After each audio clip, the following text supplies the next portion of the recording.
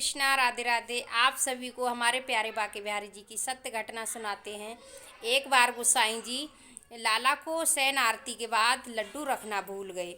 लाला को लड्डू का भोग लगता है रात को, तो कन्हैया को भूख लगती है, इसीलिए वो गलती से भूल गए।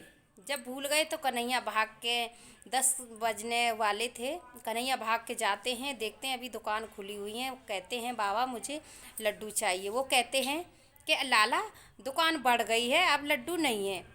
वो कहते बाबा एक बार देख लो लड्डू हैं। जिद करने लगे तो बच्चे के कहने पर हलवाई ने अंदर जाके देखा तो सच में ही लड्डू थे। तो वो लेके आते, कहते हैं ये लो। कहते हैं कि लड्डू का तो मोल देना पड़ता है। तो कन्हैया कहते हैं अरे पैसे तो नहीं है। फिर कन्हैया ने अपने हाथ से कंगन उतारा और दुकान में दे दिया, हलवाई को दे दिया। हलवाई कहने लगा कि नहीं कंगन नहीं बेटा, हम आपके बाबा से ले लेंगे पैसे। लेकिन कान्हा वो वहीं पर कंगन रखे आ जाते हैं। जब सवेरे को लाला को उठाते हैं और जब स्नान कराते हैं, श्रृंगार इत्यादि होता है, ध्यान देते हैं कि उनके हाथ में एक कंगन नहीं है। मंदिर में चर्चा हुई कि लाला का कंगन चोरी हो गया है। मंदिर में चर्चा हुई तो गलियों में चर्चा हुई, गलियों में चर्चा हुई तो हलवाई तक भी चर्चा पहुंची। तो हलवाई ने सोचा एक बालक तो आया था मेरे पास भी, एक कंगन मेरे पास है सोने का। तो हलवाई गया। हलवाई ने कहा, वहाँ के गोसाई जी थे, उनसे कहा एक बात कहूँ, अगर मेरे पे शक न करो तो ये कि कल शयन आरती किसने की, कल लाला को शयन किसने कराया। तो बताया कि हाँ भाई इन्होंने शयन कराया। इनसे पूछो लाला को कुछ भोग रखा था। उन्होंने कहा कि नहीं, कल तो भोग रखना ही भूल गए।